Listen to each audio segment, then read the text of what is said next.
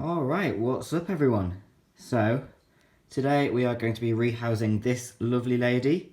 This is the Heirodula membranacae, or giant Asian mantis, female, that we picked up from the Northern Invert show. So today will be a quick rehousing, quick care video, and yeah, hope you enjoy. So we are going to be using this enclosure. This is a 15 by 15 by 20 centimetre tall enclosure, and there is some substrate in there left from the last one, but I have given it a wipe down, so this should be fine for her. General rule for housing for mantises is the height of the enclosure must be at least 3 times the length of the mantis, and the width must be at least 2 times the length of the mantis. So if you've got a mantis that is, say, 6 centimetres in length, we need a height of at least 18 centimetres and a width of 12 centimetres, so otherwise something like this. Giant Asian females, like the name suggests, they get quite big. So females range in length from 7 to 8 centimetres. But right now, as you can see, she's a little nymph. She's only small, only around, I would say, about 3 centimetres. So for now, and almost up until adulthood, this enclosure should do fine. So into this enclosure, we are just going to put a little bit of substrate. You don't necessarily need substrate with mantises. They don't burrow, they don't use the substrate or anything.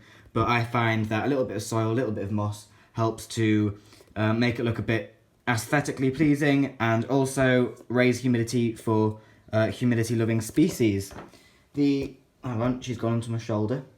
The giant Asian mantis is a species of mantis that does prefer moderately high temperatures. If I can get my phone to focus here, there we go. Moderately high humidity and temperatures, so humidity between 60-70%, around that kind of mark, and temperatures around 20 to 25 degrees Celsius, with a drop to about 18 degrees Celsius at night time is perfect for this species.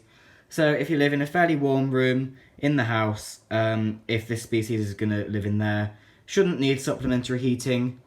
But if the house gets cold, especially in the winter, you might need to stick a heat mat on the back of the enclosure just to keep them nice and warm. So there we go, we've just added a couple of handfuls of soil. You can use just normal pot and compost for praying mantises. Bit of leaf litter on there, bit of moss even. We will, if I can find my spray bottle, the familiar sound of the pumping. We will just give that moss, just make it a little damp to raise humidity. Praying mantises don't need water dishes, they will just drink from droplets that you missed on there, so make sure you give them a light mist every 1 to 2 days, just to make sure they can get the water they need. We're just going to add this kind of nice looking branch there for decoration. That sits in quite nicely, that. And I think that should be fine for her, as she is.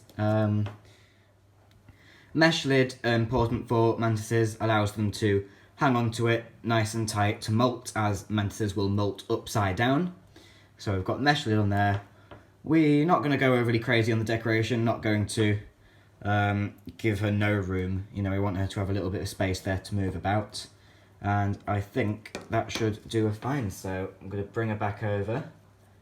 Here she is. I love mantises, they're just so friendly. One of the first tropical inverts I ever kept was a praying mantis. He was called Sunny, and he was a Heirodula venosa, a golden armed mantis, so similar to this one. This species is quite a long-lived species of mantis. Females can reach from hatching from the ootheca to dying of old age, about 18 months. Males, on the other hand, usually no more than a year, but occasionally a couple of months more. Keep them at higher temperatures and feed them more often. They will develop faster, molt faster, and so live a shorter lifespan. If you keep them too cold, however, they're going to not want to eat, slow down, metabolism's going to slow down, and that is going to cause some health issues for them. So you don't want to keep them too cold, and you don't want to keep them too hot. So, like I said, 20 to 25 degrees, 60 to 70% humidity, should be fine. As for feeding, Smaller nymphs like this you can feed a couple of times a week, nothing larger than the size of their abdomen. I prefer to feed things like locusts and flies, which the mantis can hunt because they will crawl up the sides of the enclosure, rather than things like roaches that will stay at the bottom. Mealworms, they're high in fat, so shouldn't really be given to your mantis, and crickets can be aggressive to your mantis, so again, probably not a suitable choice for them. Locusts, flies, and fruit flies when they're small are the best choice. So yeah, we'll get her rehoused.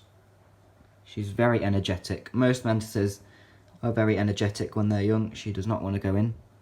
Bless her. She's lovely. Look at that lovely face. There we go. Oh, phone's out of focus. Sorry about that. My finger's in the way. Right, gonna give her a light misting. Nothing too much. There we go. Where's she gone? There she is. There she is. Such a cute little girl. So she will probably reach full size in 3 months or so. This species is most commonly green colour form, but can also be brown, light tan, colours like that. But yeah, super cool little animals. Giant Asian mantis, one of the most common in the hobby. A brilliant starter mantis, brilliant beginner. You know, they're forgiving of a wide range of environments and errors that a beginner could make. So that's everything, and fingers in the way again. That's everything you need to know about giant Asian mantis. If you have any questions, do drop a comment below and give it a like, and if you haven't already, please subscribe, and we will see you on the next one.